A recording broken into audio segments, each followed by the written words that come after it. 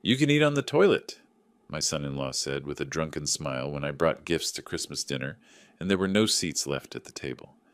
My daughter added coldly, Dad, we have 2 chairs, but they're for Derek's parents. You'd better leave. I took a $5 million check out of my pocket and slowly tore it in half. The sound of the torn paper drowned out even the breathing of everyone present. The pieces were still falling on the festive table when I walked out the door. 40 minutes later, I had 156 missed calls and one short message from my daughter. Dad, what have you done? They didn't know yet that this was only the beginning. Before we continue, please subscribe to the channel and write in the comments what time it is where you are now. The gifts were heavier than I remembered. 3 boxes stacked in my arms, wrapped in that expensive paper Rosa always liked, the kind with the cloth texture that doesn't tear easy.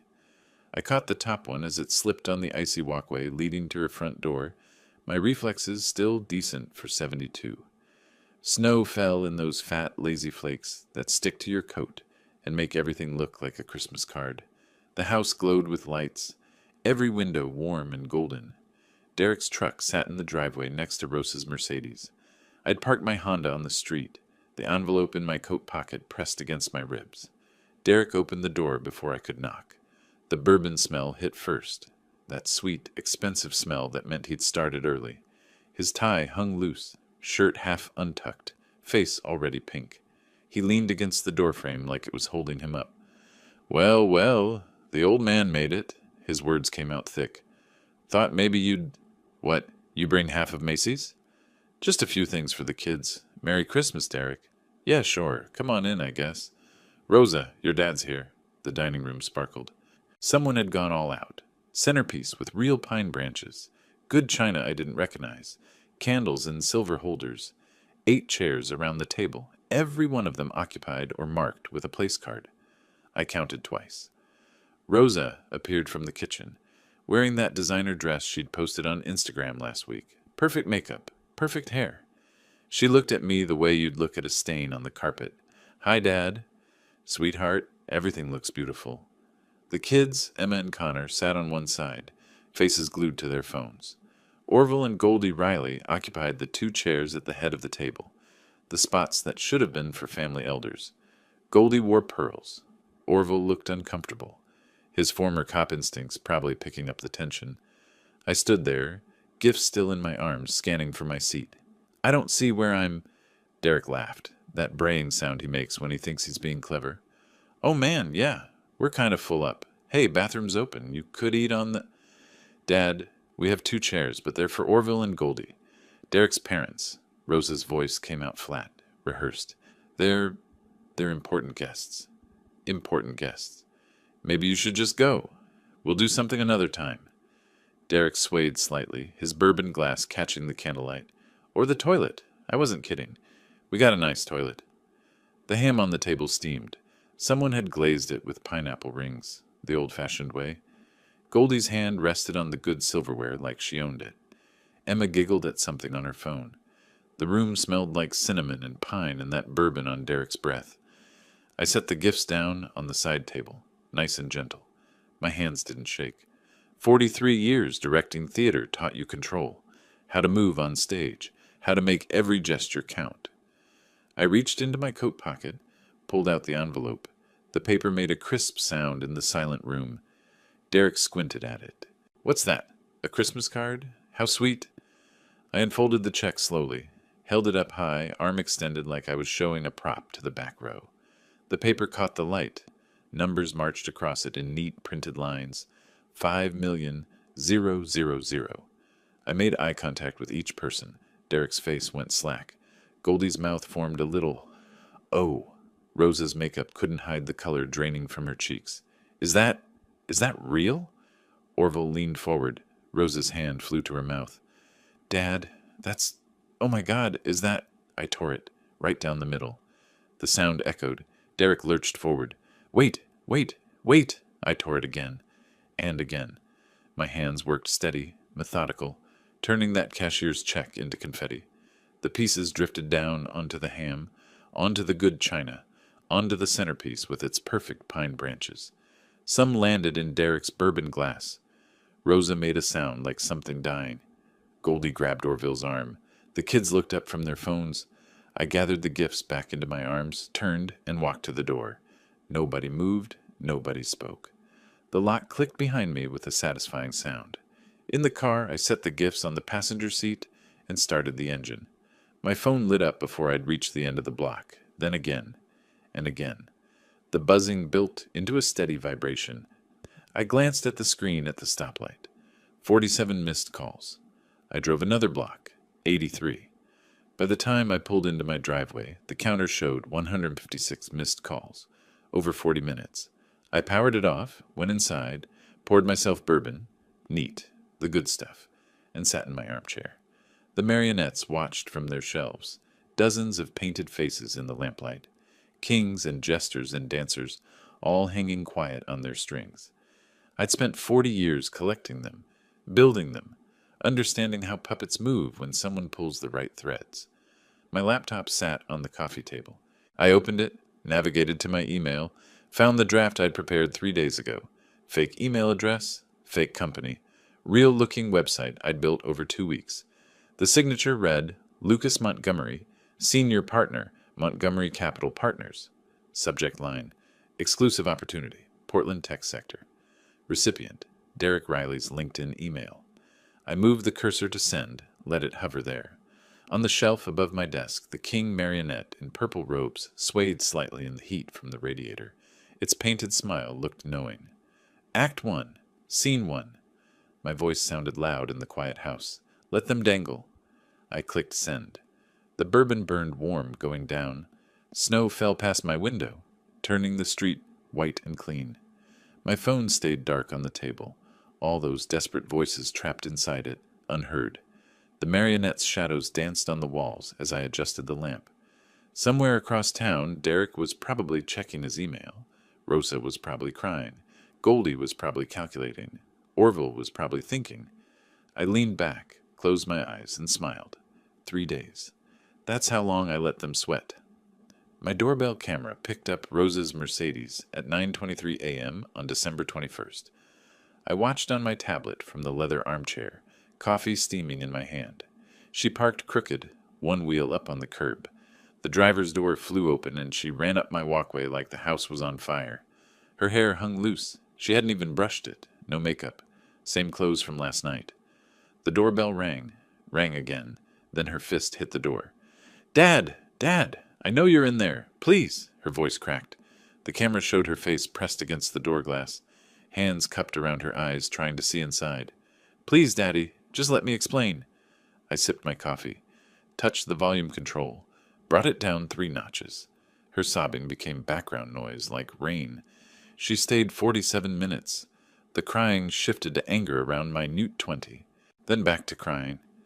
At minute 38, she slumped on the porch steps, phone pressed to her ear, probably calling Derek. At minute 47, she stood, wiped her face, got back in her Mercedes. The car idled at the curb for another 2 hours. I watched her through the blinds, careful not to move the slats. She finally drove away at 12:16 p.m. My phone stayed off. On my workbench, the marionette I'd been repairing waited. A queen in blue robes, one of her control strings frayed. I settled into my work stool, threaded new string through the tiny hole in her wooden hand. The work required steady fingers, focus, therapeutic. The queen's painted face looked serene, unbothered. I understood that expression now. My phone buzzed on the coffee table, even though it was powered off. Phantom vibrations from memory. I ignored them and mixed paint for the queen's crown, getting the gold just right. Rosa came back at 3:47 p.m. Stayed an hour. Left a note tucked in my door. I watched her do it through the camera. Didn't retrieve it until she'd driven away. The paper was damp from her tears or the snow. Couldn't tell which. Dad, please call me. We can fix this. I'm so sorry. Derek is sorry. Please. Derek's first text came at 6:03 a.m. on December 21st. You'll regret this. By 3:17 p.m. on the 22nd, his tone had shifted. Can we please talk like adults? By 8:12 a.m. on the 23rd, please, sir, I apologize. I screenshot each one, saved them in a folder on my laptop, titled it Character Arc. The progression told a story, desperation building, control slipping. I'd seen enough actors fumble through emotional scenes to recognize someone losing their grip on the script. On December 22nd, I video called Nadine Cross. She answered from her office, gray hair pulled back, reading glasses perched on her nose. Been my attorney for 16 years, handled the theater company SIL, knew me well enough to ask questions. You're really doing this? She peered at me through the screen. Draft a letter? Tell them the check's destroyed. Tell them not to contact me. Everything goes through your office now. She was quiet a moment, then nodded, started typing. Dear Ms. Riley and Mr. Riley, this office represents Lemuel Garrett. Mr. Garrett has instructed me to inform you that the cashier's check displayed on December 20th, 2024, has been permanently destroyed. No duplicate will be issued. Further, Mr. Garrett requests no contact from either of you. Any future communication must be directed through this office. Regards, Nadine Cross, Attorney at Law. Perfect. Send it certified mail. Lem, you sure about this? She's your daughter. The words came out colder than I'd intended. She stopped being my daughter when she asked me to leave. Nadine studied me through the screen. Former prosecutor, she knew when to push and when to let it go. She let it go. I'll send it today. Rosa's voicemail came at 11:47 a.m. that same day. My phone was still off, but Nadine forwarded it. Rosa had called the law office, left a message there too. I listened to it once. Dad, please, I know you're there. I can see your car. Please, just... The sob broke through. That was $5 million. $5 million. Do you understand what we... Daddy, please. I'm sorry. I'm so sorry about the dinner. Derek was drunk. He didn't mean...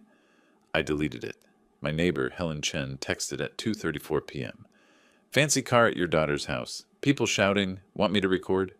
I typed back. No thanks, Helen. I've got front row seats. She sent a laughing emoji and 3 more texts updating me. Derek's parents had arrived. Raised voices carried into the street. Goldie left after 20 minutes, face red. Orville stayed longer. Through a mutual friend, Terry, who ran props at my old theater, I got screenshots of texts between Derek and Rosa. Terry's daughter worked with Rosa, saw the messages when Rosa's phone was on the break room table. People talk, people share. Theater communities smaller than you'd think. Derek, this is your fault? Rosa, my fault? You told him to eat on the toilet. Derek, he was being dramatic. Rosa, it was $5 million. Derek, maybe if you weren't such a bitch to your own father. Rosa, maybe if you weren't a drunk asshole, I saved those too. The folder on my laptop grew. On December 23rd at 4:15 p.m., someone knocked. Different rhythm, 3 calm raps, pause, 2 more. I checked the camera. Orville Riley stood alone on my porch, hands in his coat pockets. No dramatics. Former Portland detective, retired 5 years ago. Derek's father, yes, but different from his son. I'd seen that at dinner, the way he sat quiet, uncomfortable, like he'd showed up to the wrong play. Lem, I know you're in there. His voice came through the door, calm, measured. It's Orville. Just me. Not here to beg. I walked to the door, stood on my side. What do you want? To say I'm sorry. What my son did. I was there. I saw it. It was wrong. You didn't stop him. No, I didn't. And that's on me. But I'm not here to ask you to forgive him. Just watch yourself with those two. Derek's desperate. Desperate people do stupid things. The words hung between us, separated by wood and locks. I let the silence stretch. I'm counting on it. Long pause. I could almost hear him thinking through the door, cop instincts processing. You're planning something. Merry Christmas, Orville. His footsteps receded down the walkway. Car door, engine, gone. That night, I opened my laptop and reviewed the fake LinkedIn profile I'd built. Lucas Montgomery. Stock photos showed a distinguished man around 50, gray at the temples, confident smile. Employment history at Montgomery Capital Partners, Seattle, a company that didn't exist but looked real enough if you didn't dig deep. Professional website. Fake client testimonials. Fake SEC filings. I'd spent 14 days building the illusion, layering details until it felt solid. At 11:34 p.m., I sent the email from Lucas Montgomery's account to Derek Riley's LinkedIn address. Subject: Exclusive opportunity, Portland tech sector. Body: Mr. Riley, your profile caught my attention. Montgomery Capital Partners is seeking local partners for a significant Portland investment. 500K commitment required. Returns projected 300% within 18 months. Discrete opportunity. Are you positioned to discuss? L. Montgomery, senior partner. I hit send, then sat back. The marionettes watched from their shelves. The king in purple robes swayed slightly, the radiator heat making air currents, making him move. In the lamplight, his painted smile looked almost alive. At 11:52 p.m., my laptop pinged. LinkedIn notification. Derek Riley viewed your profile. 18 minutes. He'd taken 18 minutes to bite. I opened a new document, titled it Act 2, The Bait. Then opened another browser tab, typed in the search bar. Derek Riley, plus Novus Tech Solutions. His startup. Rosa had mentioned it once, back when she still talked to me. Some tech company Derek founded. Something about apps or platforms or whatever people built these days. The search results came back thin. No recent press releases, no funding announcements. The most recent article dated from October, cached version only. The original had been taken down. I clicked it. Portland startup faces investor pullout. I read it twice, skimmed the details. Novus Tech Solutions had lost its primary investor in September. Derek Riley, CEO, declined to comment. Company restructuring, future uncertain. I leaned back, fingers steepled, staring at the screen. The pieces assembled themselves. Derek's drinking. The desperation in his voice at dinner. Rose's cold dismissal of her own father. Goldie and Orville in the honorary chairs. They'd probably been helping financially, propping up Derek's failing company. And that $5 million I'd torn up? That wasn't just money. That was their lifeline. The king marionette swayed on his strings. I nodded at him. You see it too, don't you? He's already desperate. We're not creating the crisis. We're just directing it. My laptop pinged again. LinkedIn notification. Derek Riley had sent a connection request to Lucas Montgomery. I accepted. 5 minutes later, another ping. Direct message from Derek Riley. Mr. Montgomery, thank you for reaching out. Very interested in discussing this opportunity. Are you available for a call this week? Best regards, Derek Riley, CEO, Novus Tech Solutions. I drafted a response, took my time with the wording, made it sound professional, but eager. Derek, excellent. Let's schedule for December 27th, 10 a.m. I'll be in Portland briefly. Coffee? There's a Starbucks on NW 23rd. Bring your financials. Lucas. I left the message in drafts, unsent. Let him wait overnight. Let him wonder. Let him check his LinkedIn every 20 minutes, hoping for a response.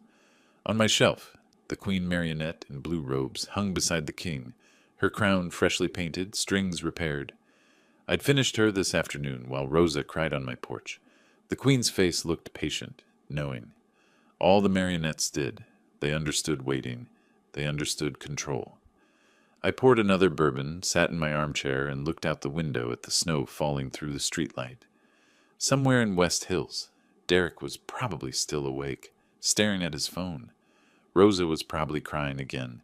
Goldie was probably angry. Orville was probably worried.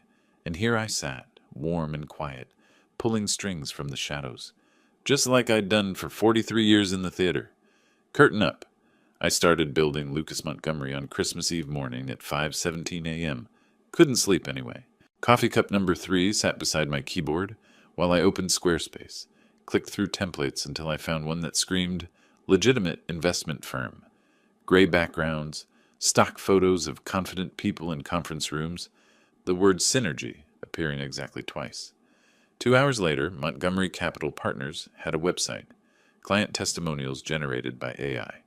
Employment history cross-referenced with real Seattle firms that had folded years ago. Hard to verify, easy to believe. I bought 500 LinkedIn followers for $50.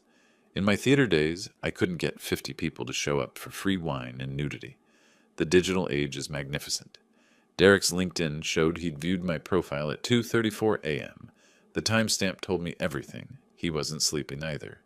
December 26th, I sent the message. Derek, your background in tech management caught my attention.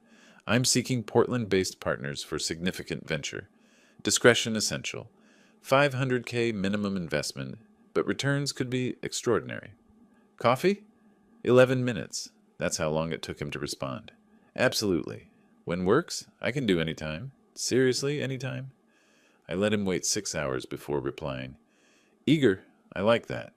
But first, background check. I need complete financial disclosure. Standard procedure. Nothing to hide. His response came fast. Clean as they come. I'll send everything. The everything arrived as a password-protected PDF. I'd embedded tracking software in the disclosure form itself. One of those things you learn when you hire tech-savvy theater kids for 20 years. The moment Derek opened my response email, the software installed. His computer became my window. While Derek scrambled to prove himself worthy, I opened a new email account. Beatrice.Winslow, O'Morrison Gallery, PDX.com. Bought a domain, built another quick website, the Morrison Gallery, specializing in emerging Pacific Northwest artists. Rosa's Instagram had art posts from 2019, paintings she'd done during her brief finding myself phase. Derivative stuff, honestly, but she'd poured herself into it before Derek convinced her it was a waste of time. The email practically wrote itself. Dear Rosalind, your Instagram posts reveal an eye I rarely encounter. The Morrison Gallery is curating Emerging Voices in Pacific Northwest Art for March 2025. We need a curator who understands vulnerability in art.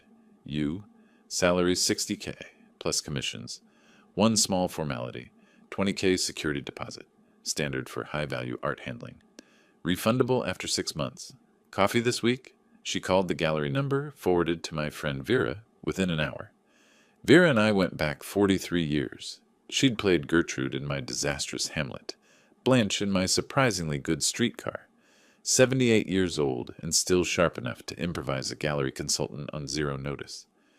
Rosalind, your father was Lemuel Garrett, the theater director? Vera's voice through the speaker, warm and sophisticated.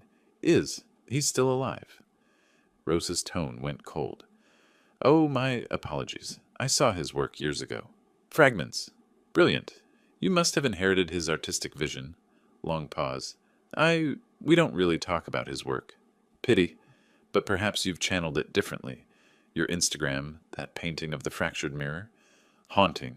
Rosa's voice caught. You really think so? I haven't painted in years.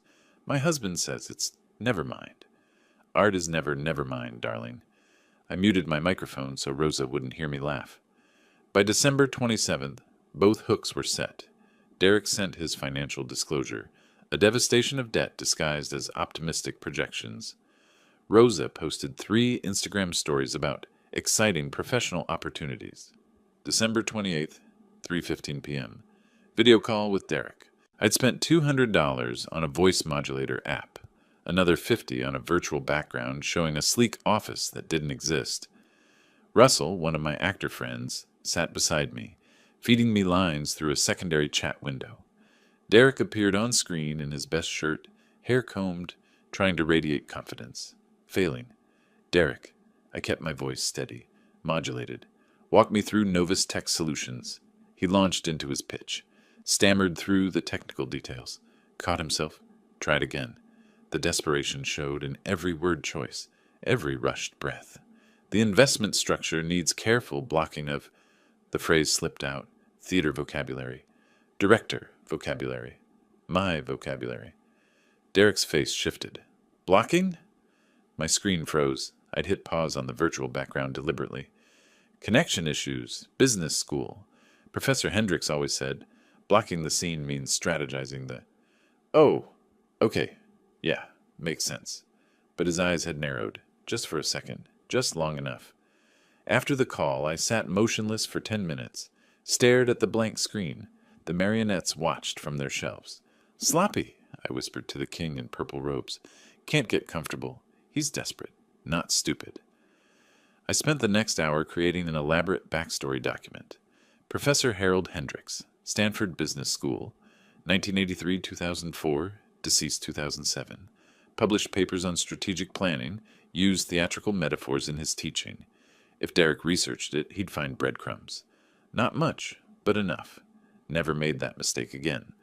Between December the 29th and 30th, Derek and Rosa both pursued their separate opportunities. He updated his LinkedIn profile 6 times, adding buzzwords. Synergy appeared 4 times in one paragraph. I read it aloud to the empty room, laughing. He's turned himself into a corporate Mad Lib. Rosa posted a throwback painting with the caption, "Throwback to my artistic days." Curator, Art Life, blessed.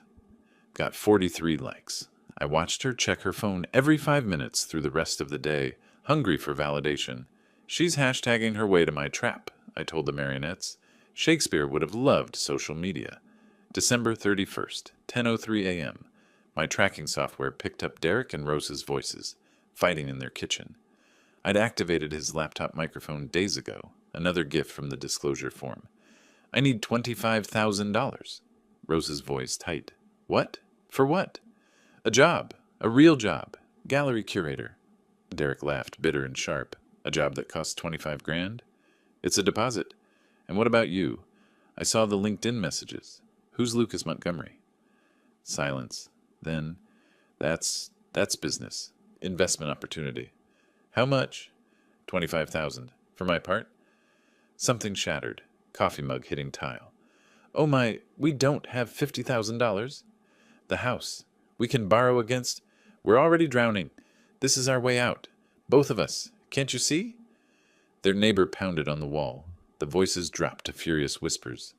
They signed the home equity loan papers at 4:47 p.m. Columbia Bank in Lloyd District. I knew because Derek's calendar synced to his laptop. $50,000 borrowed against a house already mortgaged for $580. The loan officer probably wished them Happy New Year. They probably smiled back with their dead eyes. New Year's Eve, 11:47 p.m. I sat on my back porch despite the cold, watching fireworks over Portland. My phone showed Derek and Rosa's joint Instagram story. Champagne glasses, caption, "New Year, new opportunities. 2025 is our year." Rosa's smile looked like something carved from wax. Derek's eyes focused somewhere past the camera. My phone buzzed. Email notification from Columbia Bank. Subject, Garrett L. Fraud alert. My breath stopped. I opened it. Dear Mr. Garrett, we've detected unusual activity on your account. Someone attempted to verify your assets using a falsified document claim. Please confirm, did you authorize financial disclosure to Montgomery Capital Partners? Derek had tried to verify Lucas Montgomery's legitimacy by checking if Lucas had checked my finances. The paranoid brilliance of it made my hands shake. First time in weeks. We've blocked the inquiry and flagged the requesting party. I typed fast. Thank you. Unauthorized. Please maintain block. Deleted the email from my main inbox. Forwarded it to an encrypted folder. Looked up at the fireworks exploding over the city. He's not just desperate, I whispered. He's hunting. Midnight struck. Champagne corks popped across the neighborhood. I went inside, opened my Act 3 planning document. Added a note. Accelerate timeline. Derek is dangerous when cornered. Started typing. Faster now. Derek arrived at Le Pigeon 8 minutes early, tugging his suit jacket every 10 steps. The restaurant gleamed with that particular Portland upscale aesthetic. Exposed brick, Edison bulbs, Prix Fix menus starting at $150 per person. I sat 3 booths away, baseball cap low, newspaper raised, watching him scan the room like prey checking for predators. Russell Hayes stood from the corner table, hand extended. 67 years old, silver hair, custom suit I'd rented from a costume shop.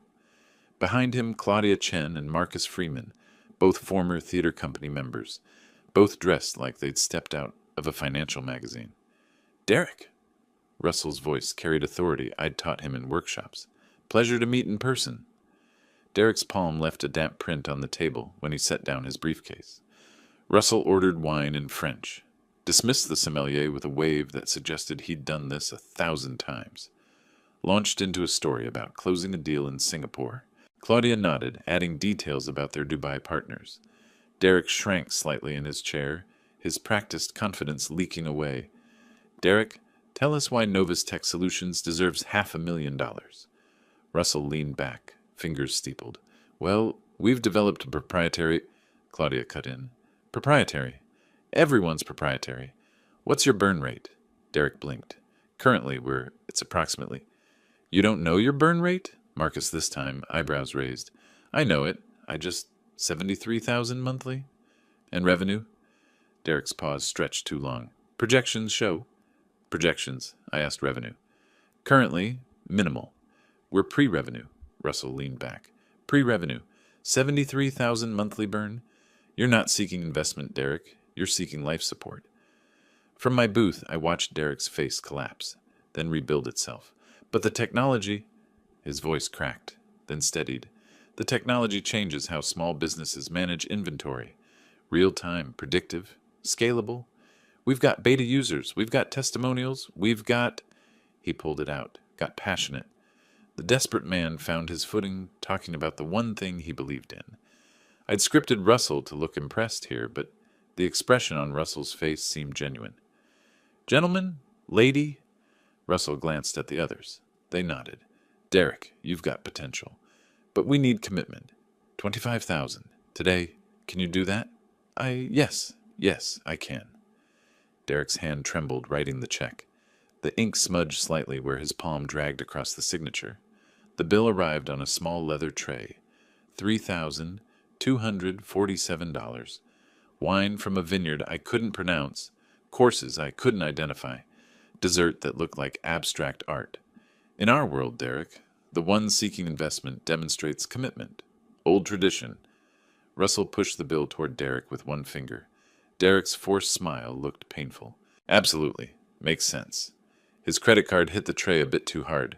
The waiter returned. Leaned in discreetly. Sir, this card... Oh, try it again. Sometimes the chip... Derek's voice came out too loud, overcompensating. From my booth, I hid my smile behind the newspaper. $3,000 for lunch. I once fed my entire theater company for a month on that. Different worlds. The waiter returned. It went through, sir. Derek exhaled like he'd been holding his breath underwater. There we go. Technology, right? January 5th. Rosa received a wire transfer. $5,000 from Morrison Gallery. Actually, my account through a dummy LLC I'd set up in November. I watched her Instagram story, her in the kitchen, screaming silently at her phone, then calling 3 friends in rapid succession. She posted 7 times that day. 7. Blessed. Grateful. Dreams coming true. Investing in myself. Each caption made me think about the irony. She was literally spending my money to celebrate getting my money. She posted throwback photos, art supplies, canvases from 2019, her in a paint-smeared apron, younger, hopeful. The caption, finding my way back. Then another post, a photo from 1998. Her at 12, backstage at my theater, paint on her hands. Me beside her, both of us smiling. Caption, complicated relationships. Us family. It's complicated. I stared at that photo for 20 minutes. January 7th, I sat at my workbench carving a marionette's face. The knife slipped, cut deep into my thumb. Blood dripped onto the workbench, onto the puppet's wooden cheek. I didn't move to stop it. Just watched it pool. The memory hit without warning. 5 years ago. Derek in my kitchen, notebook open, asking how to lead people who don't respect you yet. Me making tea, talking for 2 hours about earning respect through integrity. His face serious, taking notes like I was teaching scripture. You don't demand respect, Derek. You earn it. Through consistency, through integrity, through showing up even when it's hard. Did your actors trust you? The good ones did, the ones I didn't let down. Have you ever let someone down? I'd pause then. Yes, and I think about it every day. Derek had looked at me with something like admiration, called me mentor when he left that night. I blinked. The memory dissolved. My thumb still bled.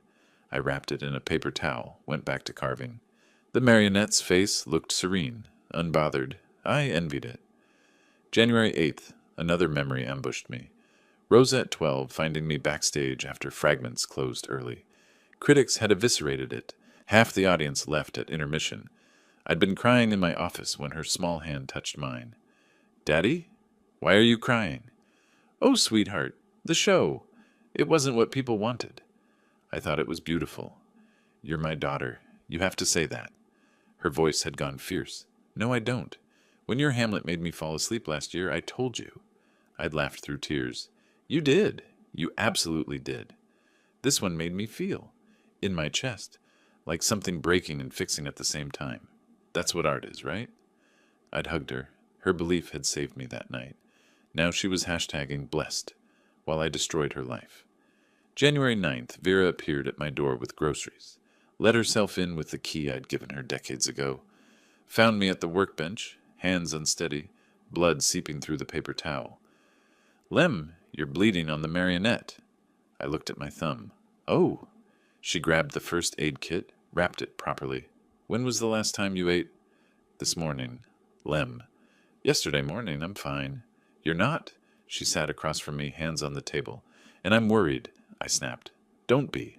I know what I'm doing." "Do you?" Her voice went quiet. "Because from where I'm sitting, you look like a man who's forgotten why he started." I didn't answer. Couldn't. January 11th. My monitoring software picked up Derek's email. His startup's investors had pulled out. Completely. Novus Tech Solutions was done. This wasn't my doing. This was real. This was Derek's actual life collapsing.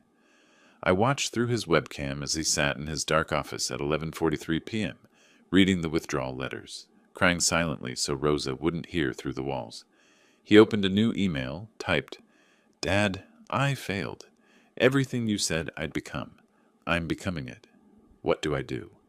He stared at it for 3 minutes, deleted it, opened his laptop, pulled up the Lucas Montgomery email chain, whispered to the empty room, "Please be real. Please be real." I closed the monitor, sat in my own darkness, remembering the night my theater nearly closed. The same desperate prayer, the same terror. I understood Derek in that moment. Understanding didn't stop me, but it hurt. Rosa posted that same evening. Family photo, forced smiles. Derek's eyes hollow. Caption, "Strong foundation for 2025. They were both lying. To the world, to each other, to themselves. January 12th, 7:15 p.m. My phone rang. International number. "Gideon, Egypt," showed on the screen. I hesitated. 5 full rings before answering. "Dad, we need to talk." "How's Egypt?" "Don't." Sarah called me. She heard from Rosa's friend, Jen, about the gallery thing, about Derek's investor. "I don't know what—" "Dad, stop. I know what you're doing." His voice stayed firm. "Are they real? The gallery? The investor?" Silence. "Dad, are they real?" "No." Long exhale. "Dad, this is too far. You weren't there. You didn't see—" "I know what they did. Rosa told me about Christmas, and it was awful. But this?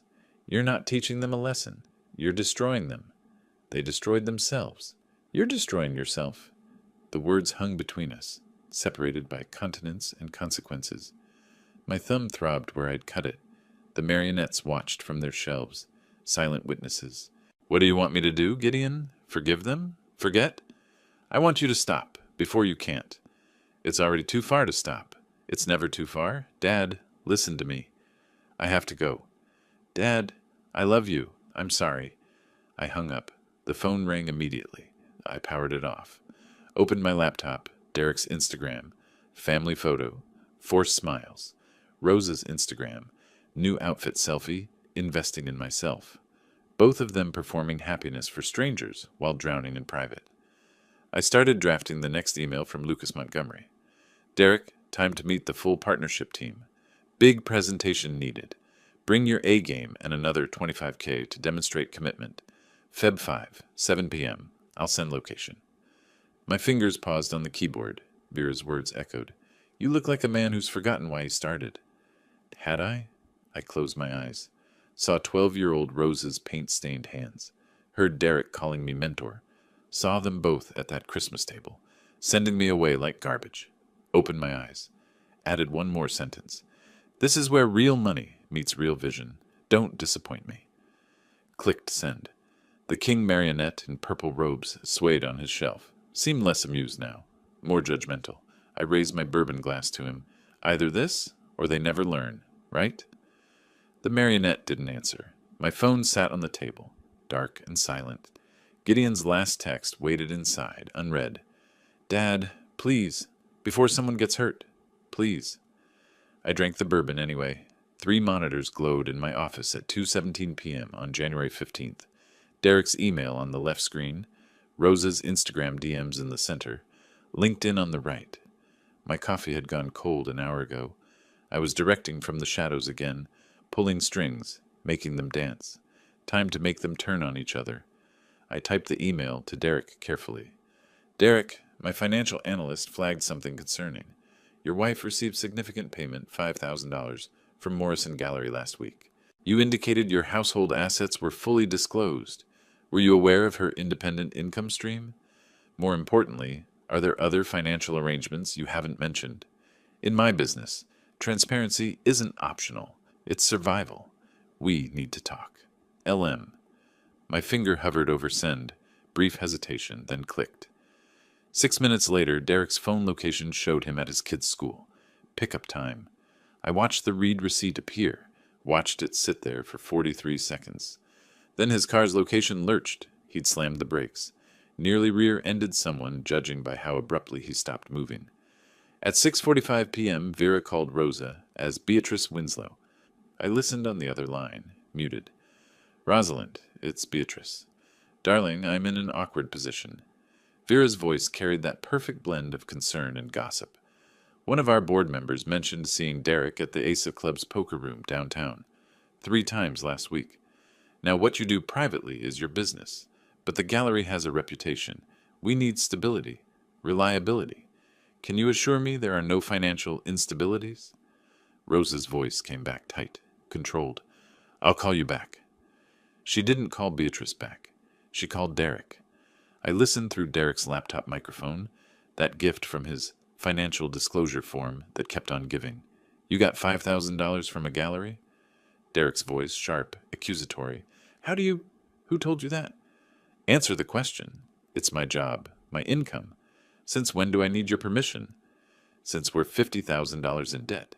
Since you didn't tell me. Oh, that's rich coming from... From what? Nothing. We'll talk when you get home. They talked. January 16th, 9:30 p.m. Voices rising until I could hear them through Derek's closed laptop. Cabinet doors slamming. Derek pacing. I could track his movement through the floorboard creaks. Gambling? You're gambling our money? I've never been to a poker club. Someone saw you. Who? Give me a name. I don't have to. Because they're lying, and you're hiding money. It's not hiding, it's my money from my job. What job? Some gallery you won't tell me about. What investment? Some investor you won't explain. The silence stretched, both realizing they'd revealed too much. I leaned toward my speaker, barely breathing. What are you talking about? Derek's voice, careful now. What are you talking about? I smiled. Poured bourbon. Didn't drink it yet. Just watched the chaos unfold.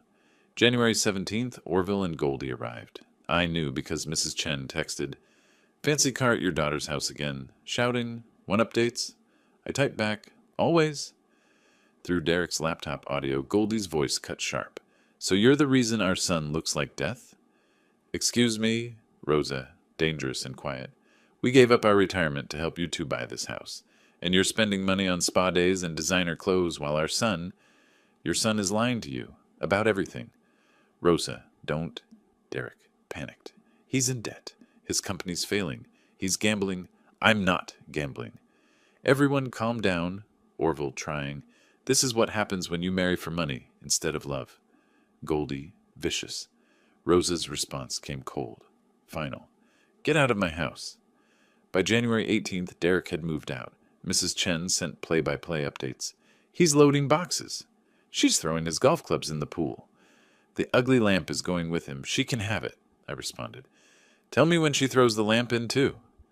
Rosa's Instagram told its own story. Cryptic posts. Trust no one, I'm betrayed. A photo of her wedding ring on the counter. No caption. 3 sad face emojis. I was hashtagging her way to my trap. In my theater days, we called this dramatic irony. The audience knows what the characters don't. Then January 19th shattered everything. I was eating a sandwich, first food all day, when my LinkedIn notification pinged. A post from Lucas Montgomery. The real Lucas Montgomery. Fraud alert. Someone is impersonating me, using my name, photos, fake company credentials for investment scams. Legal action pending. If contacted by Lucas Montgomery of Montgomery Capital Partners, report immediately. He'd tagged the fake profile, my fake profile. The sandwich hit the plate. My coffee mug followed, slipped from my hand, shattered on hardwood, brown liquid spreading like blood. Derek would see this. Derek was connected to the fake profile. Derek would... My burner phone rang, the one only Lucas Montgomery used. I answered, kept my voice steady. Derek, everything all right? I saw an interesting post on LinkedIn today, from Lucas Montgomery, the real Lucas Montgomery. My heart hammered against my ribs. I don't. He says someone's impersonating him, using his name for fraud. Funny coincidence, right? Derek, there are many Lucas Montgomerys, common name, with the same company, same photo, same resume. His voice had gone cold, analytical. This wasn't desperate Derek. This was someone thinking clearly. I pivoted fast. Are you accusing me of something? I'm asking for clarification. And I'm asking if you want to walk away from $500,000 over paranoia. Your choice. Long pause. I heard his breathing, heard him calculating. No, I don't. Then trust the process. I'll explain everything at our next meeting. Feb 5. Don't disappoint me, Derek. I hung up. My hands shook. First real panic since Christmas. For 2 hours I sat frozen. Then desperation sparked action. I researched the real Lucas Montgomery, actually read about him this time instead of just stealing his identity. 48 years old, Seattle-based, investment manager at Cascade Financial, and buried in his personal blog from 2003. Attended experimental theater in Portland this weekend. Fragments by Lemuel Garrett. Critics hated it. I thought it was avant-garde genius. He'd seen my work. He'd loved it. At 9:17 a.m. on January 20th, I sent an email from my real account. Mr. Montgomery, you don't know me, but you know my work. I'm Lemuel Garrett, theater director. You wrote about Fragments in 2003. I've done something unethical. I borrowed your identity for a personal project. Before you involve lawyers, give me 30 minutes to explain. This is theater, not fraud, and you might find it entertaining. Coffee? 5 p.m. today? I'll buy. Lemuel Garrett. I hit send, then stared at the screen for 6 hours, waiting. At 2:47 p.m., he responded, Starbucks, Pearl District, 5 p.m. You've got 30 minutes. After that, I'm calling my lawyer. LM. I arrived 15 minutes early. Sat in the corner booth, hands wrapped around a coffee cup for warmth. For courage. Lucas Montgomery walked in at exactly 5 p.m. Expensive suit, $2,000 at least. Distinguished gray at the temples. Amused smile playing at his lips. He sat across from me without ordering anything. Lemuel Garrett, in the flesh. I should be furious. You should. I'm prepared for that. Instead, I'm curious. You stole my identity to do... what exactly? Teach my daughter and her husband a lesson about greed. He leaned back. Go on. I told him everything. Christmas dinner, the toilet suggestion, the torn check, the fake personas, the manipulation, the marionettes. All of it. He laughed. Actually laughed. Fragments. That's what this is? A real-life fragment of revenge theater. How much have they lost? $50,000 so far. Their home equity loan. Ouch! He winced, but the amusement stayed. And you need me because... Derek's suspicious. He saw your fraud alert. I need the real Lucas Montgomery to appear. Validate his investment. Make him feel safe. Then at the right moment, you pull out. Reveal it was all performance art. Why would I do this? $100,000. And front row seats to the best show in Portland. He was quiet, fingers steepled, studying me. I saw Fragments in Seattle, 1998. Critics destroyed you. I loved it. Called it genius in my blog. I remember reading that. Only positive review I got. Make it 150.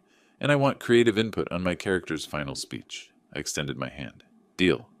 He shook it, firm and conspiratorial. When's curtain call? February 15th. Charity auction. Public stage. Poetic. I'm in. I drove home lighter than I'd felt in weeks. Lucas Montgomery, the real one, was joining my production. Derek and Rosa were separated, each blaming the other, neither investigating me. Everything was proceeding better than planned. At 8:47 p.m., I poured bourbon, reviewed the day. The marionettes watched from their shelves. The king in purple robes seemed to lean forward, approving. My laptop pinged. Email from Lucas. Had a thought. Want Derek completely committed? Have him invest the full $500K. I'll cover it temporarily, then we reveal the truth. He'll be devastated, but not actually bankrupt. Cleaner ending. What do you say? I stared at the screen. $500,000. That was ruinous territory. That was... Derek's face at 3 a.m. flashed through my mind. Please be real. Rosa, alone in that diner, wondering where her life went wrong. Their kids asking where Daddy is. My finger hovered. The marionettes watched. I took a long drink, started typing. Let's discuss parameters. There are children involved, but I'm listening. Hit send. Immediately regretted it. Couldn't unsend it. My phone rang. Unknown number. I answered. Hello? The voice came through distorted, mechanically altered. Lemuel Garrett? Who is this? Someone who knows what you're doing, and you need to stop. Now. My blood went cold. I don't know what. The fake investor, the fake gallery, the marionettes, all of it. Stop, or everyone finds out. Your son, your friends, the police. The line went dead. I stared at the phone. Someone knew. Someone had been watching. Who? How? I checked the computer security, no breaches. Checked burner phones, secure. Checked home security footage, nothing unusual. Then how did they know? The marionettes offered no answers. Just hung there, judging me with painted eyes. Derek sat on the edge of the guest bed at 6:52 a.m., staring at his phone. The email subject line glowed. Novus Tech Solutions, final notice to employees. He opened it, read it 3 times. His startup was dead. Officially completely dead. Effective immediately, Novus Tech Solutions is ceasing operations. Our final investor withdrew funding yesterday. Payroll for January will not be processed. Benefits terminate today. We are filing for Chapter 7 bankruptcy. No severance is available. He'd signed it himself at 3 a.m., too numb to feel anything. Now, in daylight, it hit different. Unemployed, $50,000 in debt. Separated. Facing demands for another $25,000 from an investor who might be fake. He sat there for an hour, didn't tell anyone. Too ashamed. By January 23rd, Orville found him passed out on the couch at 2 p.m., empty bourbon bottle on the floor. Shook him awake, scared. Derek, wake up. Derek's eyes opened, unfocused. Leave me alone. When did you last eat? No answer. I'm calling someone, a doctor, or... Don't. Derek sat up, head in hands. I'm fine. You're not fine. Talk to me. There's nothing to say. It's all gone. On January 24th, Rosa called. Not about them. About logistics, kids, bills, the house. I need you to sign the parenting plan draft. Can we talk about this? Derek's voice desperate. No, there's nothing to talk about. My lawyer... Your lawyer? Rosa, please. Please what? Please pretend you didn't lie? Please ignore... I didn't gamble anything. Then where did the $50,000 go? I invested it. In our future. And someone's lying to me about an investment. Funny how everyone's lying except you. Derek's voice broke. Rosa, I lost my job. Pause. What? The company. It's done. I'm unemployed. Long silence. Then we have nothing left to talk about. Sign the papers. She hung up. Derek stared at his phone for 20 minutes, then started planning. January 25th, he stood in his parents' bathroom, practicing in the mirror, forcing tears, checking if they looked real enough. Lem, I'm so sorry.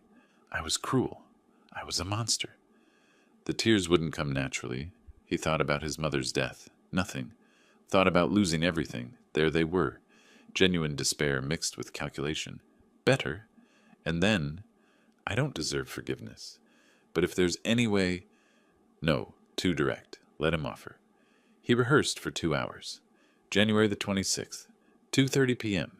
I was checking security footage obsessively, trying to identify my anonymous messenger when the doorbell rang.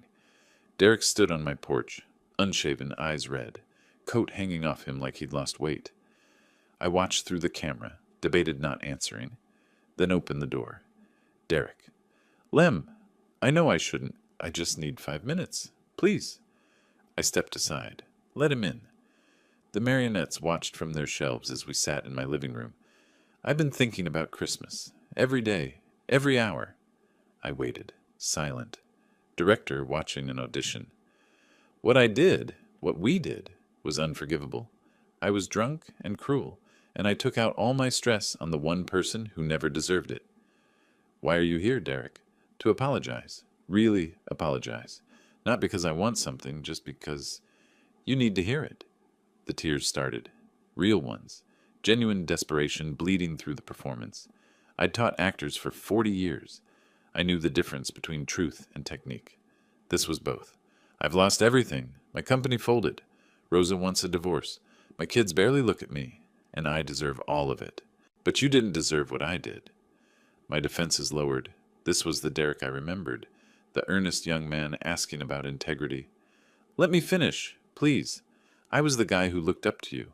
5 years ago, remember? You taught me about integrity, about leading with honesty, and I became everything you warned against.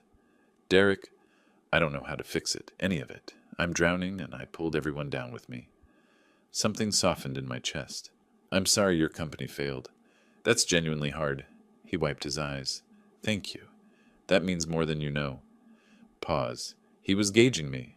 I saw it. The micro-calculation. The shift from grief to hope. Here it came.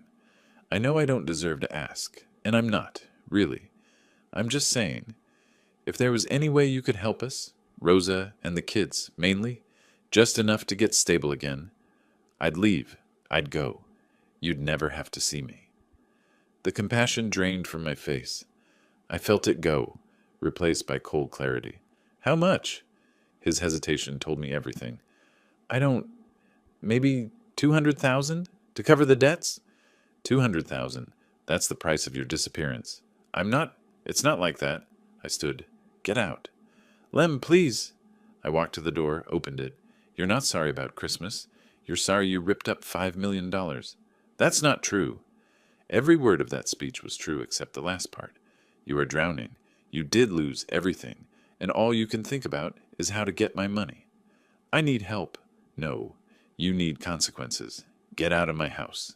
He stood, anger replacing desperation. You're a bitter old man. You always were. Rosa was right about you. And yet here you are, begging the bitter old man for money. Ironic. He left, slammed the door. His car peeled away from the curb. I leaned against the closed door, slid down to sit on the floor. The marionettes watched. I was exhausted. Exhausted from rage, from manipulation, from being right about him. January 27th, I called Lucas. Confirmed the February 5th meeting. Higher stakes now. Derek had proven he hadn't learned anything. January 28th, 9:14 p.m. I was carving a marionette's face when my phone buzzed. Unknown number, text message.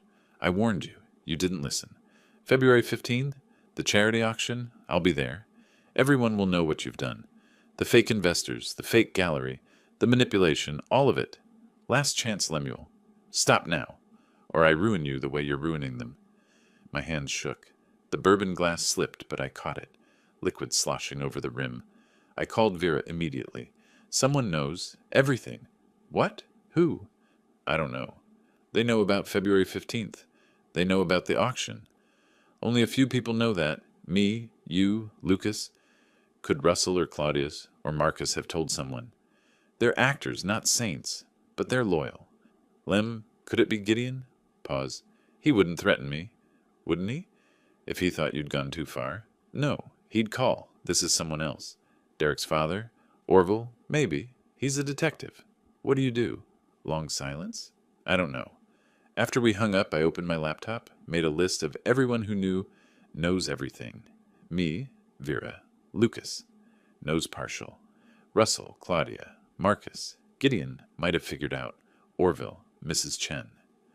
The anonymous person knew details only the top category would have, which meant betrayal, or hacking, or surveillance. I checked security cameras, nothing. Computer, clean. Phone, wait, settings, share my location, on. Sharing with Rosalind Riley. 3 years since she helped me set up my iPhone. I never turned it off. She could see everywhere I went, every meeting, everything. I opened Rosa's Instagram from my monitoring account, scrolled to January 27th. Late night post, her wedding album. Caption, sometimes people aren't who you think they are. Sometimes they're worse. Sometimes they're playing games you didn't know existed. Trust noon, Yaux enlightened. Photo metadata, 11:47 p.m. The threatening text came at 11:54 p.m. 7 minutes after she posted, my phone buzzed. New text. Same unknown number. Rosa says hi. So does Derek. We're meeting right now, Lemuel. All three of us. Comparing notes. You wanted to destroy their marriage? Congratulations. You succeeded. They're united now. Against you. And we know everything. See you, February 15th. Orville Riley. I stared at the phone. Derek's detective father. Of course. Orville figured it out. Told them. Brought them together. My revenge plan just created an alliance against me. My phone rang. Gideon. Egypt. Dad, I'm flying home. Tomorrow. Don't do anything until I get there. Promise me. I looked at the threatening text, at the marionettes, at everything unraveling.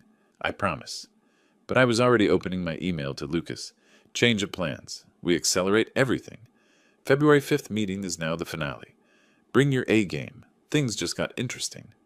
The marionettes watched me type. The king in purple robes seemed less amused now, more like he was warning me. I hit send anyway. The coffee shop smelled like burnt espresso and anxiety. I sat in the corner booth at 10:47 a.m., sunglasses on even though I was indoors, coffee untouched, phone face down like it might explode. Every person who pushed through the door made my shoulders tense. Orville Riley walked in at 10:58. Gray hair, fit for 65, cop posture even in retirement. He sat across from me without asking permission. Relax, I'm not here to stop you. My hand froze halfway to my coffee. What? I'm the one who sent those messages. The threats. I figured out what you're doing. He leaned back, completely calm. And I want to help. The coffee shop noise faded. My brain couldn't process the words. You want to help me destroy your son? I want to help you teach him consequences. There's a difference. He pulled out his phone, opened a folder, slid it across the table. Start with this. Bank statements, credit card bills, email chains. All Derek's, all damning. How did you... I'm a detective, Lem. Was... Old habits. He scrolled through documents. $78,000 in secret credit card debt. Loans from 6 different sources, all under false pretenses. And this... He opened an audio file. Derek's voice. Once the old man dies, we're looking at $5 million minimum. You'll get your money, Orville. Promise. When was this? October 2024. 2 months before your Christmas dinner. His jaw tightened. They've been planning your death benefit for years. You were never family. You were a retirement account. I closed my eyes. Opened them. The documents were still there. Why would you help me? Because they've stolen from me 17 times. Made up emergencies, fake bills, elaborate stories. $73,000 gone. And when I asked for repayment, Derek said... He played another clip. Derek, casual, confident. Once Dad passes and we inherit, we'll pay you back with interest. My throat went tight. They were that sure. They bought a VIP table at the Portland Art Museum charity auction last June, before your company even sold, planning to announce the Garrett Family Foundation using your inheritance. He smiled without humor. They were already spending your money in their heads. I stared at him. Former detective, Derek's father, sitting across from me offering ammunition. What do you want? To see them face consequences. To stop pretending my son is someone he's not. And maybe... His voice softened slightly. Maybe to break the cycle before another generation learns these values. We spent the next hour in his car, parked outside Derek's parents' condo. Orville showed me everything. Secret accounts, fabricated documents, patterns of lies stretching back years. Through the window we watched Derek arguing with Goldie, his gestures wild, desperate. He's falling apart, Orville said, recording on his phone. Good. You sure about that? I wasn't sure about anything anymore. But I didn't say it. January 30th, we met at my house. Planned the finale. February 15th, Portland Art Museum. The charity auction where Derek and Rosa had reserved their VIP table. Public revelation, I explained. Video evidence. Audio recordings. The actors revealing themselves. Real Lucas Montgomery explaining the identity theft attempt. Complete social destruction. Orville whistled low. Public execution. They wanted a stage. I'm giving them one. What do you need from me? Information, pressure points, and credibility. If their own family exposes them, it's justice. He extended his hand. We shook. February 1st, I was following Rosa's location on my phone. Board surveillance, eating takeout Chinese in my car. She'd been inside the women's health clinic for 90 minutes. When she emerged, her face stopped me mid-bite, crying, but also smiling. Conflicted emotion I couldn't parse. She sat in her car, pulled out a document, started reading. I grabbed my camera, old telephoto lens from theater productions, zoomed in through her windshield, prenatal care instructions. 10 weeks pregnant, visible in the header. The container of lo mein slipped from my hand. Noodles spilled across my car floor. I didn't notice. My grandchild. I sat there for 2 hours after she drove away. Engine off, staring at the photo on my camera screen. Zooming in. Out. In again. Everything changed. That night I called Vera. She's pregnant. What? Rosa. 10 weeks. I saw the documents. Long pause. Lem, I know what you're going to say. Do you? Because I'm going to say stop. Right now. They'll weaponize it, Vera, the moment they know I know. It's a child, Lem. Your grandchild. Exactly. My grandchild. Who will grow up with those two as parents, learning their values. So you'll destroy their lives while she's pregnant? My voice cracked. I don't know. I don't know anymore. February 2nd, back in Orville's car. Surveillance. He watched me checking my phone every 30 seconds. You having second thoughts? Why do you ask? You've been quiet for 20 minutes. Personal issue. Rosa's pregnant. Not a question. I turned sharply. How did you? I'm a detective, Lem. I saw her car at the clinic. 2 plus 2. Does Derek know? Not yet. She's waiting for the right moment. Probably planning to use it as leverage. That's what I thought. So? Does it change anything? Shouldn't it? He was quiet. Then, that baby deserves better parents than what Derek and Rosa are right now. Maybe hitting rock bottom is the best thing. Or maybe I'm just justifying cruelty. Maybe. But they started this at Christmas dinner, with cruelty. You're just finishing it with theater. I drove home, poured bourbon, didn't drink it, stared at the photo of prenatal instructions on my phone, my grandchild, due August 12th, my late wife's birthday month. She would have been furious with me, would have told me to forgive everyone, start fresh, be the grandfather this baby deserves. I deleted the photo, then immediately restored it from recently deleted. Couldn't decide, couldn't choose. February 2nd, 11:34 p.m. My phone lit up with messages. Gideon. Dad, I land tomorrow morning. Pick me up. We need to talk about stopping this. Then Rosa, different number. Daddy, it's Rosa. I need to talk to you. Tomorrow. It's important. Please. She never calls me Daddy anymore, not since she was 12. She knows about the pregnancy, and she's preparing her move. Orville. Derek just booked 2 tickets to the February 15th auction. Stay sharp. Real, Lucas. Rehearsing my big reveal speech. This is going to be legendary. I sat surrounded by messages. My son begging me to stop. My daughter preparing to manipulate. My ally pushing forward. My accomplice excited for the show. I opened the photo of Rosa's prenatal document one more time. Stared at the due date. My late wife's voice in my head. Family matters most. The marionettes watched from their shelves. Offered no answers. My laptop pinged. New email. Sarah Mitchell, Gideon's wife. Mr. Garrett, I'm a family therapist. What you're doing will destroy everyone, including yourself. The pregnancy changes everything. If you proceed on February 15th, you'll lose any chance of being in your grandchild's life. They'll get a restraining order. Is revenge worth that? You still have time.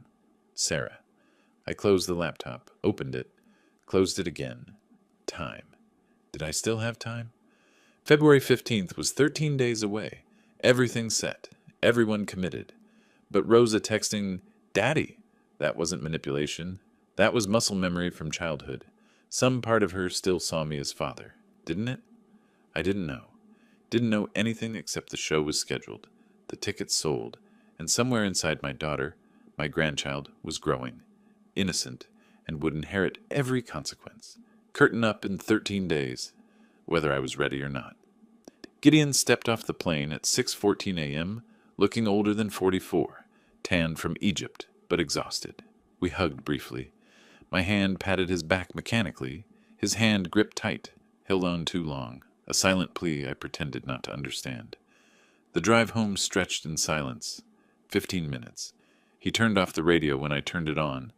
At my house, he spread photos across my kitchen table, screenshots of Rosa's private Instagram posts, ultrasound images, captions about hope and fear.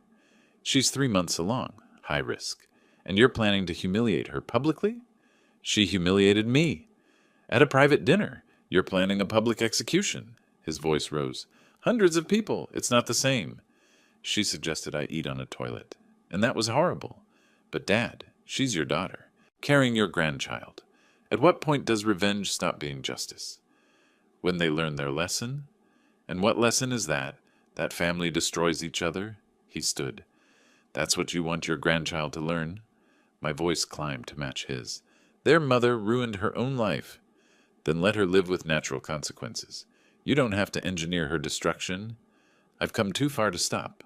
No, you're too afraid to stop. He leaned forward. Afraid that if you stop, you'll have to actually feel what they did. The pain. The betrayal. Right now, revenge keeps you busy. Keeps you from grieving. But Dad, you have to grieve. My throat worked. No words came. I'm calling Sarah's colleague, Dr. Kwan, family therapist. You're seeing her today. I don't need... Yes, you do. Either that, or I call Rosa right now and tell her everything. You wouldn't. Try me. At 2:15 p.m., I sat in Dr. Patricia Kwan's office, ramrod straight, answering in clipped sentences. She waited patiently. The silence stretched until I couldn't stand it. Tell me about Rosa, not what she did at Christmas, who she was before. My eyes welled before I could stop them. She was light, pure light. She'd paint sets at my theater, get covered head to toe, laugh at herself. When critics destroyed my work, when audiences walked out, she'd say, Daddy, I felt it. That's what matters. And now? Now she's a stranger, cold. She looked at me like I was nothing, like I didn't matter except as money. That must have been devastating. The tears fell. I gave her everything, my time, my love, my support. Even when we struggled, I made sure she had what she needed. And my voice broke. She suggested I eat on a toilet. Do you know what that does to a parent? It sounds like you're grieving. Grieving? The death of the daughter you knew, the girl with paint on her hands. She's gone, isn't she? I sobbed, actually sobbed. Yes, she's gone, and I don't know how to get her back. Lemuel, you can't. That little girl grew up, made choices, some terrible, but you can't punish her back to 12 years old. Then what do I do? You grieve her, the girl you lost, and you decide if you want a relationship with the woman she became, flawed, complicated, capable of cruelty, or if you want revenge more. Can I have both? No. That's the choice. Family or revenge, not both. Silence pressed down. I don't know if I can forgive her. That's okay. Forgiveness isn't required. But destruction? That's a choice. A permanent one. Make sure it's worth it. I left her office hollow. Drove home in a daze. Gideon was waiting. Well? I couldn't answer. Just walked to my workshop. Sat with the marionettes. February 5th. The meeting with Lucas Montgomery. The real one now, playing the role. I watched from Orville's car outside the Heathman restaurant. Derek desperate. Notes spread everywhere. Hands shaking. Lucas in full performance. I don't want 25 anymore. I want the full commitment. 500,000 by February 14th. That's 9 days. Can you deliver? Derek's face crumpled. I'd need to liquidate everything. Then do it, or I walk. From the car, Orville whispered, He's broken. Good. You sure about this? I paused too long. No, but we're doing it anyway. February 7th. Derek told Rosa about the investment demand. She revealed she'd lost the gallery position. First honest conversation in months. What if they're connected? Derek's voice through Rosa's phone, which I was still monitoring. The gallery and the investor. What if someone's playing us? Who would do that? Your father. Long silence. Then Rosa. Soft. Oh my God. February 8th evening, they met in person, comparing notes. Rosa suddenly ran to the bathroom, came back pale. I'm pregnant. Through the audio feed, I heard Derek's shock, heard them process it. Then, if someone's targeting us, this is our shield. We go public with this. At the auction, before he can do whatever he's planning. My hands clenched, exactly as I'd feared. February 13th, They confronted Orville at his condo. I listened to the forwarded audio. You're helping him destroy your own son? Helping him teach consequences. Orville's voice, firm. I'm pregnant. Your grandchild? Pause. Congratulations, that's wonderful. And you're helping someone destroy their mother? Maybe having a child will teach you values you should have had. But his voice wavered. First doubt I'd heard from him. We're going to the auction tomorrow. We're going to tell everyone the truth. That a grandfather tried to destroy his pregnant daughter. Orville quietly. He knows you're pregnant? I don't know. He didn't tell me. After they left, Orville called me. Lem, maybe they're right. Maybe it's time to stop. You're backing out? I'm saying, a pregnant daughter, a grandchild. Is revenge worth losing that? You recruited me to destroy your son. I was angry. But Derek's right. Family destroying family. Someone has to break it. And you're choosing now? Night before? I'm choosing my grandchild. Maybe you should choose yours. He hung up. I sat in my workshop. Everyone abandoning ship. Orville out. Gideon begging me to stop. Vera terrified. Dr. Kwan's words haunting me. February 14th, 9:47 p.m. My phone buzzed. Text from Derek. Lemuel, tomorrow we announce the Garrett Family Foundation in your name. Our gift to honor you. We're contributing $100,000 to start it. We want you there. We want to reconcile. Publicly. But here's reality. You either accept and contribute $2 million to the foundation, or we go public with everything. Your harassment, your fake personas, your manipulation of a pregnant woman. We have evidence, and we'll frame it simply, vindictive grandfather terrorizes expectant daughter. Who will Portland elite believe? Young couple expecting a baby?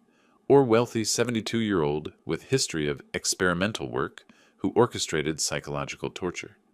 Your choice, $2 million and reconciliation, or exposure and exile. Either way, we win. You taught us to be ruthless. Thanks for the lesson.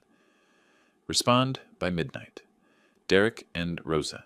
P.S. Baby's due August 12th. Your late wife's birthday month. I hope you'll want to be part of their life. Choose family. Or choose pride. Can't have both. Sound familiar? I read it 3 times. They'd checkmated me using my own tactics. Learned from the master. Flipped the narrative. Made me the villain. My phone rang. Orville. Did you get it? Yeah. What do we do? I don't know. Lem, maybe they're right. You're the one who recruited me. I was angry, but a pregnant daughter, a grandchild, is revenge worth it? He hung up. Messages piled up. Gideon, Dad, please, last chance. Choose family. Vera, I love you, whatever you decide. Dr. Kwan, remember you can't punish someone into loving you. Real, Lucas, ready for the show. This is going to be legendary. Russell, do we still have a performance tomorrow? Everyone wanting an answer. Auction starts in 21 hours. Point of no return. I opened a message to Derek and Rosa. Typed, I'll be there tomorrow. We'll talk. Didn't specify what kind. Didn't agree. Didn't cancel. Just, I'll be there. Hit send. Opened the drawer. The letter I'd written to my unborn grandchild. 6th draft. All of them said the same thing. I'm sorry. I couldn't stop. I tried. I'm sorry. I burned it. Watched it curl and blacken in the fireplace. Tomorrow. Portland Art Museum. 6 p.m. Final act. Winner takes all. Loser loses everything, and I still didn't know which ending I was directing toward. The marionettes watched. Silent jury. The king in purple robes no longer looked amused. Just sad. The Portland Art Museum glittered at 5:47 p.m. 300 guests in black tie, champagne glasses catching light, silent auction tables displaying weekend getaways and wine collections. I arrived alone. Gideon had refused to come. Vera stayed home. My tuxedo from 1995 fit looser than it used to. I'd lost weight. The USB drive in my pocket felt heavier than it should. Derek and Rosa were already at their VIP table, front and center. She wore a designer maternity dress, showing at 13 weeks now. He wore a rented tux, both playing perfect society couple. Orville sat 3 tables away with Goldie, who didn't know what was coming. Real Lucas Montgomery, near the stage. My actors scattered throughout the crowd. Electric tension. Multiple parties with secret knowledge. At 6:45, I approached the event coordinator. Asked to speak before Derek and Rosa's announcement. claimed I was the Garrett in their Garrett Family Foundation, wanted to introduce it properly. My theater reputation carried weight. She agreed. 7:28. I walked to the podium, tapped the microphone. The room quieted. Derek and Rosa's heads snapped toward me. Derek half rose from his seat. This wasn't their plan. Good evening, my name is Lemuel Garrett. Some of you know my theatrical work. Tonight, I'm directing my final production. Pause. It's called Marionettes. The screen behind me lit up. Title slide with puppet strings. I clicked forward. Screenshots of LinkedIn messages. Lucas Montgomery demanding money from Derek. Video of Derek at lunch with my investors. Russell, Claudia, Marcus standing up in the audience now, waving, revealing themselves as actors. Scattered gasps. Derek's face draining of color. Next slide. Beatrice Winslow emails to Rosa. Her excited responses. Her Instagram celebrations of a fake job. Rosa's hand flew to her mouth. Then audio. Rosa's voice bright and casual. Once Dad dies, we're set for life. 5 million, maybe more. The old fool doesn't even know what he's worth. A woman gasped loudly. Rosa stood, shouting, That's out of context. The audio continued. Derek says we just have to wait. Keep him happy. Pretend we care. Derek yelled, Turn it off. I kept my voice calm. I can't. It's the truth. Truth doesn't turn off. Orville walked to the stage, each step slower than the last. Behind him, Goldie's face crumbled as understanding hit. I'm Orville Riley, Derek's father. His voice shook. That recording, my son told me they were planning to use Lemuel's money before he died. When I asked about the $73,000 he borrowed from me, he said I'd get it back from the inheritance. Orville, what are you doing? Goldie stood, tears already starting. Orville didn't look at her. What I should have done years ago, Derek's voice broke. Dad, you're destroying your own son. No, you destroyed yourself. I'm just confirming it. Real Lucas Montgomery stood, theatrical flourish. I'm Lucas Montgomery, the actual one. These two tried to use my identity. Mr. Garrett hired me to expose this fraud. Confused applause rippled through the crowd. Rosa suddenly stood, hand on her belly, voice loud. I'm pregnant. He's destroying his pregnant daughter. This is abuse, sympathetic murmurs. Some women instinctively leaning toward her. I kept my voice soft. I know. I've known for 2 weeks. The room went silent. And I'm not destroying my granddaughter. I'm showing her what parents shouldn't be. Pause. My daughter and her husband looked at me on Christmas and suggested I eat on a toilet because there was no chair. They'd planned to use my inheritance before I died. This, I gestured to the screen, is teaching consequences. Derek rushed the stage, grabbed the microphone from my hand. The check. The $5 million check you tore up. It was fake. Prove you even have the money. Good point, the crowd murmured. Was this all a broke old man's fantasy? I smiled, small, sad. Prepared, nodded to the tech booth. Bank of America statement filled the screen. My name. Balance, 7-8-4-293-19. Dated today at 3 p.m. Arnold Chen, Bank of America. A man stood in the audience. I certified that statement this afternoon. It's legitimate. Derek staggered backward.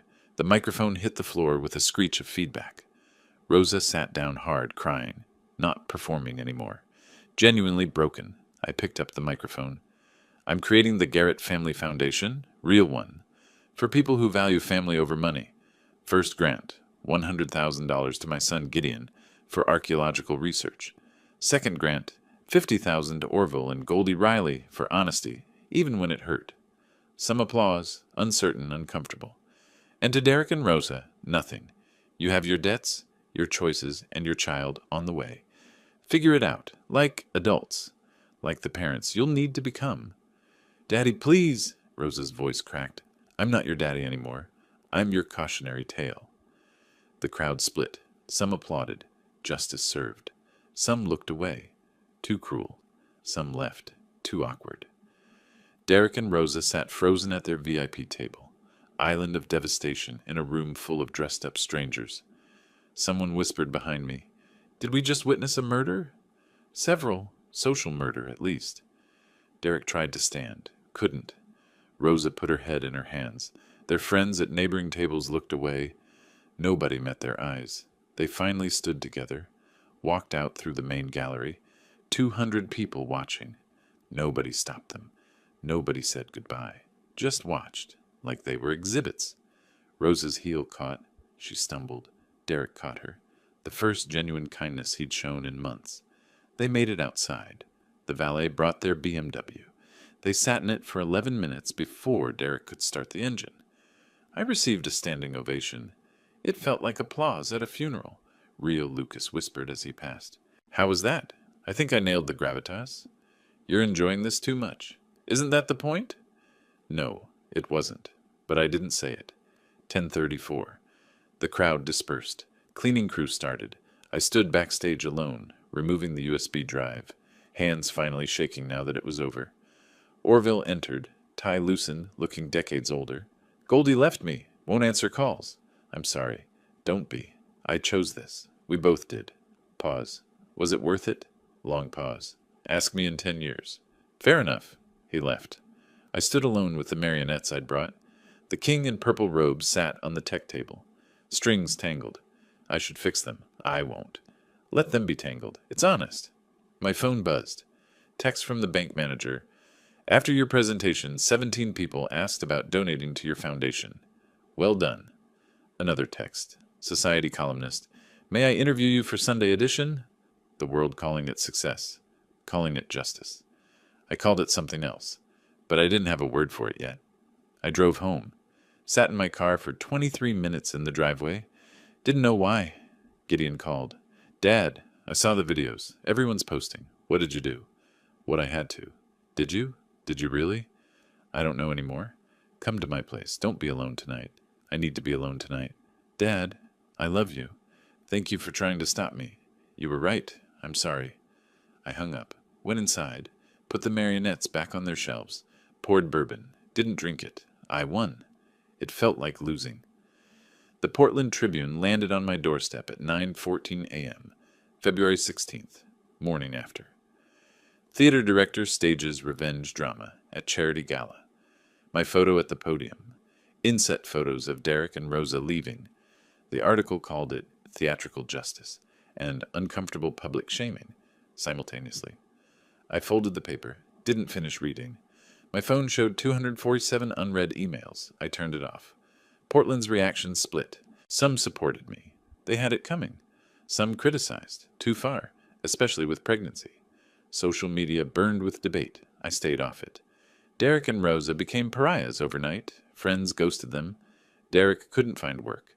Rosa's Instagram followers dropped from 3,200 to 847. By March, they'd moved from their West Hills house, foreclosure, to a small apartment in Gresham. My daily life changed too. Some old theater friends reconnected, impressed. Others stopped calling, disturbed. Fewer social event invitations. People didn't know how to act around me. Gideon called once a week. Strained, careful.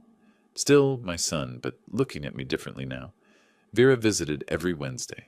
Brought casseroles. Worried about me. I'd lost 15 pounds. Didn't leave the house much. March 15th. Coffee with Orville. We sat in silence, letting our cups go cold. Goldie won't take my calls. I'm sorry. Don't be. I knew the price. He paused. Did you? I thought I did. But knowing and feeling are different things. More silence. Derek's working at Olive Garden, night manager. How's he doing? He shows up. That's something. We didn't discuss if it was worth it. Just sat there. Two old men who destroyed their families for consequences. April. Dr. Kwan's office again. How are you sleeping? 3-4 hours? Nightmares? Memories? Same thing. Of? Rosa at 12. Paint on her hands. Then Rosa at 38. Crying, pregnant. Both versions are real. Both are my daughter. Can't reconcile them. Do you regret what you did? Long pause. Regret is too simple. I regret that it was necessary. You sound like you're convincing yourself. Maybe I am. I won, Dr. Kwan. I got my revenge. So why do I feel worse than I did at Christmas? Because revenge doesn't heal wounds. It just proves you can make others hurt too. And that's not the victory you actually wanted. I cried in her office for 20 minutes. May 12th, 3:47 a.m. My phone buzzed. Unknown number. Photo of a newborn baby. Pink hat. Scrunched face. Born May 11th, 1134. p.m., 7 lbs, 3 Ozzy. Maeve Patricia, Riley, healthy. From Rose's new number, no other words. I stared at the photo for 2 hours. My granddaughter. I didn't respond. Didn't know how. May 16th. An envelope arrived. Rose's handwriting. Inside, hospital photo of Maeve. And a letter. Dad, she's here. Maeve Patricia, Riley. Perfect. Terrifying. I don't know how to start this letter, so I'll just tell you the truth. You were right. About everything. I can't undo it. But holding Maeve, I understood. Everything you must have felt holding me. The promise you make to protect them, including from yourself. I'm not asking for forgiveness. I'm asking if you want to know your granddaughter.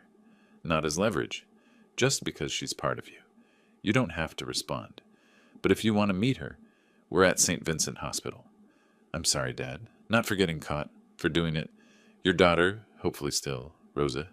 P.S. I kept something from Christmas. You'll see why someday. I read it 17 times over 3 days. May 23rd. I drove to the hospital. Derek in the waiting area. We nodded. Neither spoke. I entered the room. Rosa in bed, exhausted. Baby and bassinet beside her. Thank you for coming. Can I? She nodded. I looked down at Maeve. Sharp breath. Oh, she has your eyes. I picked her up. Settled in the chair. Rocked slightly.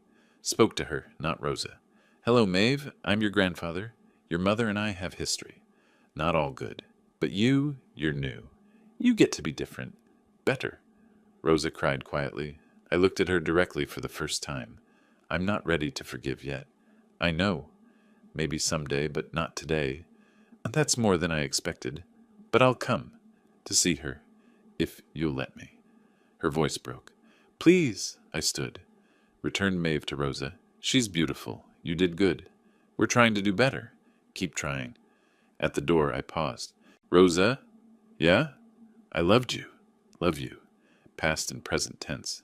That's why it hurts so much. And why I'm here now. Because love is stubborn.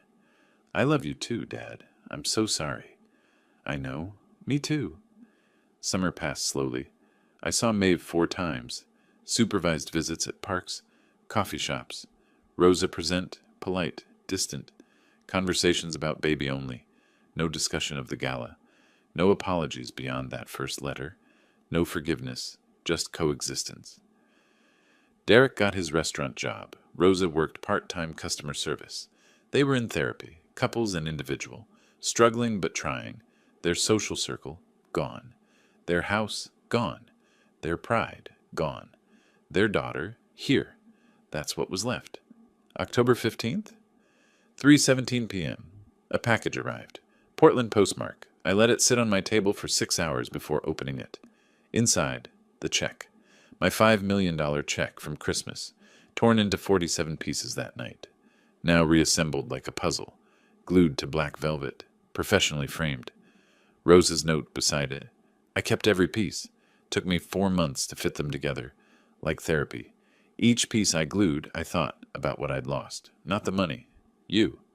This isn't to ask for anything. It's to say, I remember. The most expensive lesson costs nothing to buy but everything to learn. Thank you for teaching it, even though it hurt. Rosa, I hung it on my workshop wall, stared at it. The check was back. Not functional, no bank would honor glued pieces, but whole, symbolic. I thought about Christmas night, the tearing, the satisfaction, the beginning. I thought about the gala, the revelation, the triumph, the emptiness. I thought about Maeve's tiny hand gripping my finger. My phone buzzed. Rosa. Thanks for the baby books. Maeve loves the dinosaur one. She drools on it. I type back. Dinosaurs are important. Rosa. Can you come by next week, Thursday? Lem. I'll be there. It's not forgiveness, not reconciliation, not peace. Just showing up, week after week, slowly. Maybe in 10 years we'll have something resembling a relationship. Maybe not. But I'll show up. Vera arrived with her Wednesday casserole. We ate in comfortable silence. She'd seen me at my worst. Still showed up. That counted for something. After she left, I sat in my workshop with coffee, looking at the check mosaic. My phone showed photos of Maeve, 3 months old now, starting to smile real smiles. She smiled at me last visit. She doesn't know what I did. just knows. Grandpa. That's all she'll ever need to know. The check reminds me, teaches me. $5 million torn apart, put back together. Still worthless as currency, priceless as metaphor. Some things, once broken, can never be the same. You can see every crack, every tear line, every place it was destroyed. That's my family now. Visible damage. Held together with effort, not love. Not yet. Maybe someday. I pour bourbon. Don't drink it. Just hold the glass. Gideon calls. Hey, Dad. Just checking in. You okay? Yeah, I'm okay. Really? No, but I'm managing. That's all any of us can do. Yeah. Love you, Dad. Love you too. The world keeps turning. I keep existing in it. I won the war. Lost pieces of myself in the process. Net result? Unclear. Check back in 10 years. The marionettes watch from their shelves. The king in purple robes, strings still tangled. The show is over. The audience went home. The stage is dark. But I'm still here. That counts for something, doesn't it? If you like this story, please like this video, subscribe to the channel, and share your impressions of this story in the comments. To listen to the next story, click on the box on the left. Thank you for watching. If you like this story, please like this video, subscribe to the channel, and share your impressions of this story in the comments. To listen to the next story, click on the box on the left. Thank you for watching. 관우가 고통 참는 소리 알아요? 약간 관우가 고통 참을 때 나는 소리처럼 내가 이렇게 참았어. 소리를 먹었어. 비명을 먹었어요. 아무것도 고정 안 되고 그냥 떨궈지는 순간에 그렇게 무서울 수가 없어요. 근데 이렇게 나는 이렇게 튕기고 팅 하고 올라갔을 때가 제일 무서워. 맞아. 그게 약간 그때 무중력 상태거든. 맞아요. 대웅 오라버니 팅 안녕하십니까 하고 이때가 제일 무중력 상태인데 여기서 다시 이렇게 내려갈 때가 제일 무서워. 너무 무서워. 진짜 그래가지고 저희는 어디까지 내려가는지 알 수가 없잖아요. 그게 제일 힘들었어요. 여기는 저희 단양이도 있어요. 안녕하십니까. 단양이 귀여운 이쁜 단양이. 오라버니 품이 오빠 사진 미션